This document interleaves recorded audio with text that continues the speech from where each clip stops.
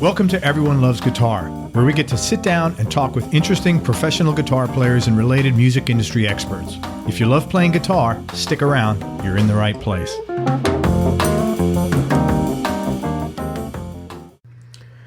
Let's shift over a bit and talk more specific about guitars. When you're not in the studio, do you even pick up a guitar? Yeah, I still practice quite a bit. I've got an old Telly that I've had since the late 70s. I bought it from a pawn shop in Waco, Texas. Man, that's a good story.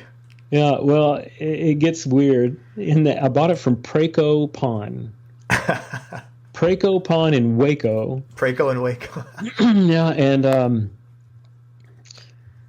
years ago, I saw Preco Pawn Shop on the evening news, and it's because this cult leader, David Koresh, holy smokes, he bought all his guns and guitars at Preco Pawn. Hey man, they're online, PrecoPawn.com, 2201 West Waco Drive. You can send them a message. Isn't that funny? So that's been my main guitar of mine for since the 70s, and it's a Fender Telly. Yeah, and I call it my Koresh Telly, my David Koresh Telly. That would only be the right thing to do, given the nature of the story. How could you not? What else would you call it? The Koresh Telly. Yeah. What happened? For people who don't know, you just mentioned quickly about the flood in 2010. What happened there? And then my question really is, what happened to all your guitars? Were they trashed? Yeah. Well, okay. So in 2010. We had a really weird weather lineup of storms come through, and it looked like this solid fire hose just moving down on top of Nashville. It was amazing. It was like 200-year floods back to back. Wow. Or 500-year floods or whatever. I don't know. We got so much rain, and it was over a Saturday and a Sunday. And I think it was over a Saturday and Sunday. What was weird is that Sunday morning I woke up early and walked outside, and everything outside, I'm just standing out there having coffee. Everything outside sounded so different acoustically. Like the way the birds were singing and it was reflecting, I've never heard anything before or since. And I talked to somebody else about that, another musician. They said, it sounded like you were at the zoo, right? And I was like, yeah, why? And they said, well, it sounded like it was all concrete everywhere where you were. And what the deal was, there was such a dense front of clouds moving through that everything was, and it was very low, everything was reflecting in such a weird way. Well, it ended up raining that second day, and it was unbelievable. I've never seen anything like it. And the Cumberland River and the dams that go up north from Nashville, they started taking on so much water. The Army Corps of Engineers ended up opening these floodgates a little bit more than maybe they should have. I think they got some bad data, and it ended up flooding downtown and then lots of parts of Nashville. There was just too much water, and it had nowhere to go. And my studio gear was downtown. We have what we call cartage services, and a cartage truck. There's a cartage place where they store everyone's gear. You call in, you say, hey, I need to be at Blackbird Studio A, 10 a.m. downbeat on Tuesday. Billing goes to, whoever. And your cartage guys will load up the truck with your gear, go over to that studio, set it up, and you walk in, play your stuff, walk out, and they come pick it up. It's kind of like magic. Yeah. It makes your life a hell of a lot easier. Man, big time. And the bill goes to the label, so I don't pay for that. The player doesn't pay for that. Well, I was at sound check, and sound check went underwater. And I had 17 guitars underwater. I had a a huge studio rig that consisted of a bunch of great amps, a switching system that took me, I took 9 months to design it, just to design it. And it was, just so much money of stuff, of gear. And I did have it insured, and I got a check for it, but, Yeah. I looked at the check and went, I'd rather have my stuff, Yeah. So you asked what happened to some of the gear. The electronic gear, I just wrote it off as a loss. Speaker cabinets, loss. Some of the amp heads, I ended up getting a couple of them rebuilt. Guitars, some of the guitars I threw in a dumpster. Wow. Some of them are now artwork, and then some of them I was able to have them restored over at Glazer Instruments, and I still use today.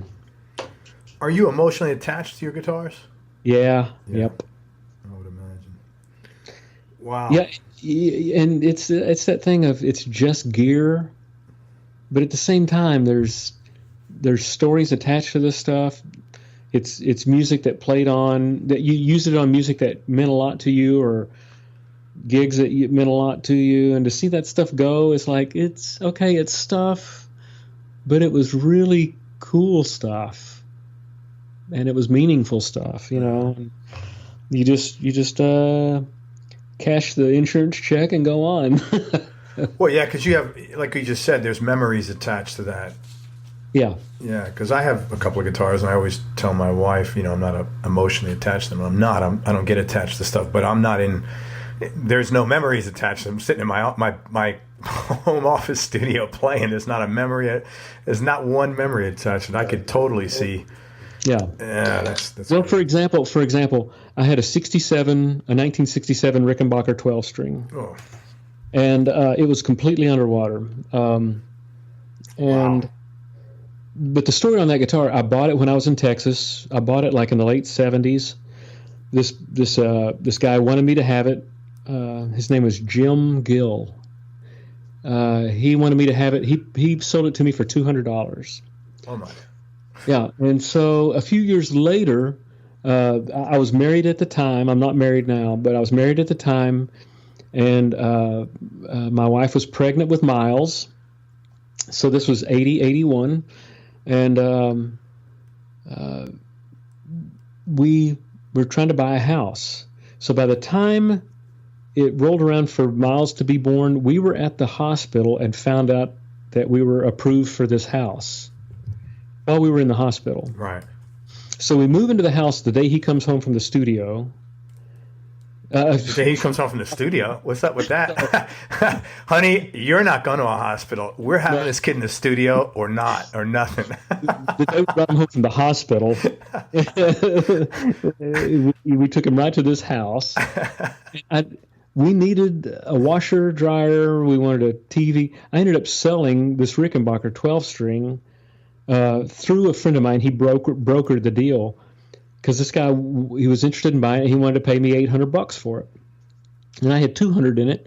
So he bought it, got the washer, dryer, color TV, and like a vacuum cleaner or something. Mm-hmm. End up moving to Nashville. It was about 7 years later. And still married at the time. And my wife said, do you remember that red guitar you used to have? I hated that you had to sell it so we could buy a washer, dryer.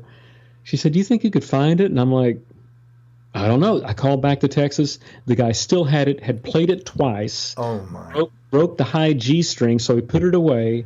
I bought it back for $900. Wow. So I had $300 into this 1967 Rickenbacker 12 string and got into the flood.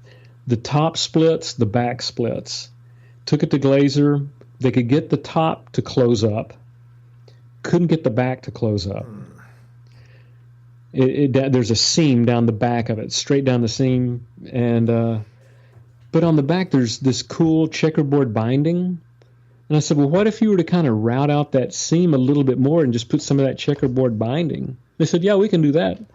So they did it, and now the guitar is restored, and I still use it now. Oh, that's nice, man. Yeah. That's really good. Duesenberg, I poured water out of it. I mean, in the water out of it, I still use it. I used it yesterday in the studio. My Les Paul, that the top was completely ruined. I had it refinished and everything by Glaser Instruments, and I use it every day in the studio. That's awesome. What kind of Les Paul is that? It's a newer one that my guitar tech at the time, Dave Graff, found for me. It was like a 59 reissue thing or something. Mm-hmm. It was just good. It was a road guitar. It was something that you could leave out in the road. Not crazy valuable, and but it ended up just playing so well, and I've gotten so used to it that I've just held on to it as my main Les Paul. Do you know how many guitars you have even?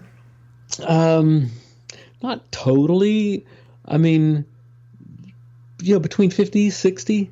That's a pretty reasonable amount for a guy with your career span, actually. And I just worked with Rick Nielsen and just saw him play the other night with Cheap Trick. Mm-hmm. And I asked him in the studio that, and he's what's his answer? It was hundreds. It was maybe like 300. Yeah. And but he grew up. His dad had a music store, and he knew what to buy. And he said, when I started buying vintage guitars, there were no vintage guitars. They were used guitars. Right. There was no such thing as vintage guitars when he started. They were used. Well, vintage is so overused now. I see people advertising guitars from 2004. Get this. I'm serious. You can't buy a vintage guitar like this. And I'm like, I'm not a guitar expert, but I do know what the word vintage means. And yeah. So, yeah. Wow. Yeah, so that's a really reasonable number of guitars, 50 to 60 guitars, for a guy that plays as often and as long as you have, and who needs, they're like tools for you. Like, if you're a mechanic and you get a big chest of, snap-on ratchets, that's kind of like your guitars. Yeah, and you have to have duplicates. Like, for example, a few years ago, I did an Australia tour with Faith Hill and Tim McGraw, and I was playing behind both of them.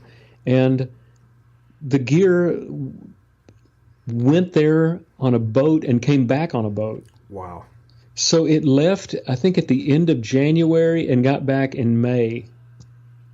And our tour was like in March or something like that. Wow. Is that scary? Basically it's like sending your kids off alone on an airplane or something. Well, and even beyond that, it's like, what would I not use during that time? Yeah, it's like, right. So I had to get a whole separate set of gear that I could just say bye-bye to and not worry about it for a few months. Who are the biggest influences on you guitar-wise? Let's break it down to playing and also tone, because the two may not be the same. Yeah. Well, when I first started off, I was a kid learning Grand Funk Railroad. So Mark Farner. Yeah, man, what a good guitar player. Yeah. So Mark Farner. And I listened to some early prog rock stuff. Like? Focus. Yeah, Jan Ackerman. Yeah, good guitars, man. And he's still a good guitarist. Yes. You can go on YouTube and look up Jan Ackerman. He's still burning it down. Because I grew up in the church, I listened to some Christian music, and Phil Keaggy is hands down one of the greatest guitar players on the face of the earth. Jeff Beck. Oh. I don't know why I got into Jeff Beck, or what first got me into Jeff Beck, but I saw him on the Blow by Blow tour. Right. And it was Mahavishnu opening up for him. Mm-hmm. And it was so mind-blowing. The show kind of got away from me. In what way? In that it was almost too much for my little Texas brain. It started with Mahavishnu. Yeah, I was just thinking, when are you going to see a concert like that ever again? That's like, that doesn't exist anymore. Yeah, and Bernard Purdie was on drums for Jeff Beck, and Narada Michael Walden was on drums for Mahavishnu. I ended up working on some with Narada on some stuff he was producing. Did you? Yeah, That's and cool. yeah, and the scariest thing though is at the end of the sessions, everybody was gone. I was packing up. He goes, "Man, get your guitar, let's jam." Were you intimidated? Yes. Yeah, I would imagine. Yeah. But yeah. So seeing Jeff Beck was amazing. But I have kind of the Jeff Beck rule where when I go to any show, I don't let it go over my head. I focus, I center and focus. I look, see how many people are on stage. I want to get every detail, But I've since gotten a show tape from that concert, from that Dallas concert, and so it's kind of helped me piece that back together along with my brain. Yeah, but it's nuts. Listen to that guy. I mean, it is literally, how does he do what he does without a pick? Yeah, and it's like the fact that he plays guitar is kind of secondary to what he does. He happened to choose the guitar. He could be doing that probably on any instrument.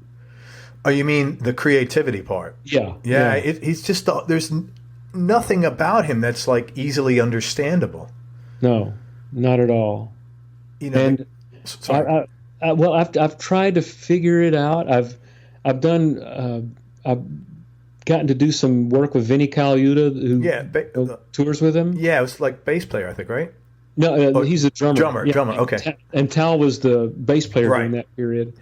But I would try to pick Vinny's brain about it, and he's, Jeff is Jeff. It's like, okay. So yeah, I wasn't able to figure Jeff Beck out, but he's probably my top favorite guy. I'll go back to Dan Huff. He was such an influence on me playing wise and tonally. Also early on, because we were playing in cover bands, we had to play a lot of Doobie Brothers. And so I had to cop a lot of Doobie Brothers stuff. And then it was either last year or the year before, I got to work with them in the studio with the Doobie Brothers. Oh, nice. With Tom Johnston and monster guitar player. Man, and so I'm in the studio sitting next to Tom playing Long Train Running. They were recutting some of their greatest hits with some singers from Nashville singing on it. Not just country singers, but pop singers too from Nashville.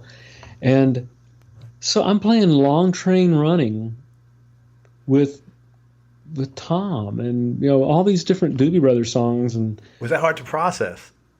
Yeah, it was kind of a full circle thing, It was really cool. And one thing that I think where we really hit it off, in my brain, I'm thinking, this is Tom Johnston, and they brought in some rental gear for him to play through, and it wasn't sounding right. And I'm like, in my brain, I'm going, this is Tom Johnston from the Doobie Brothers. You don't let him play through inferior gear. So I let him play through some of my stuff, and I got sounds on him, how's that, Tom? And we'd mess with it. And ever since then, he and I have been friends. He really appreciated that that time, and to make sure, that everything was right for him. And that's been one of my sayings in the studio is that friends don't let friends suck. Yeah. Yep, I totally get that, man. That's what I mean. This is Tom Johnson. Why is he playing through some shit? Yeah, that's it. And it's not like, you have to be a super like genius to kind of. It's just like, why would you let a guy like that play on crappy equipment? Yeah, so and I've taken that friends don't let friends suck to several different levels. Like if I'm given the task of writing the charts for a session, if there's a line that I think the artist might want to hear because they've heard it on the demo, I'll write it out. I'll write out everything on the chart that I feel like will get us through. I'll make it without any codas and DSs and double DSs and double whatevers. I'll get it to where it's bulletproof. And you can start at the top and read it down, because you don't want your fellow brothers stumbling across it. You want everybody to be able to just read down the chart and just be as creative as possible. Yeah, I totally get that, man. Of all your guitars, do you have like a holy grail guitar? Something that like tone-wise and playability is just like, makes you, get your goosebumps even still. Yeah. One, I've got that older Telly, but I'm going to bring Tom Bukovac's name up again. Tom has been a guitar collector for a long time, and he had a store, Second Gear Music Consignments or Second Gear Consignments, and he knows he's owned so many great vintage guitars, and he knows what goes into a great guitar. And so if you're looking for something, he'll help you find it, and it'll be amazing. And I went to his house once because I wanted to buy a gold foil Japanese cheap electric. Why? Well, there's a clarity in those pickups.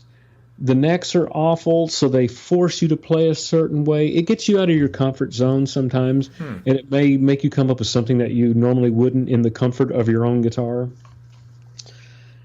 Plus, they're cheap, and artists go, "Hey, that's cool." If you look good doing it, a lot of times people will hear it with their eyes. Yeah.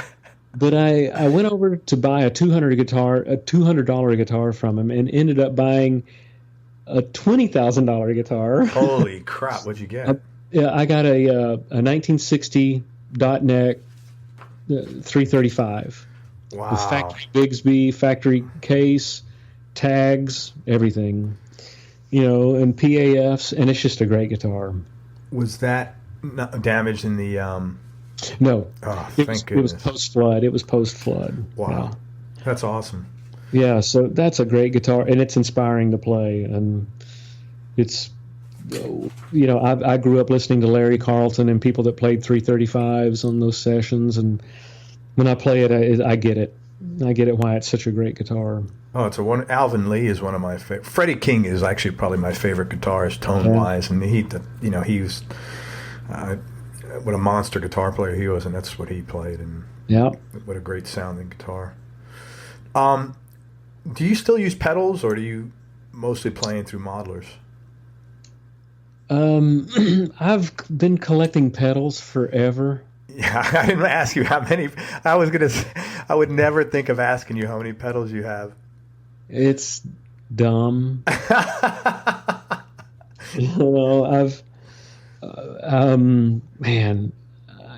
had a thing for pedals for a long time, and part of it started off with, I always liked keyboard sounds, but I couldn't play keyboards, so I would use pedals to try to get me there. Like the Leslie kind of pedals? Yeah, or just I remember years and years ago there was a trend back in the 70s. This is when I was still living in Dallas, that steel players up in Nashville would use these Boss Tone fuzzes. Very buzzy fuzz, man. And they were made in Nashville by Showbud. I had one that had a Showbud sticker on it, but it said Nashville, Tennessee on it.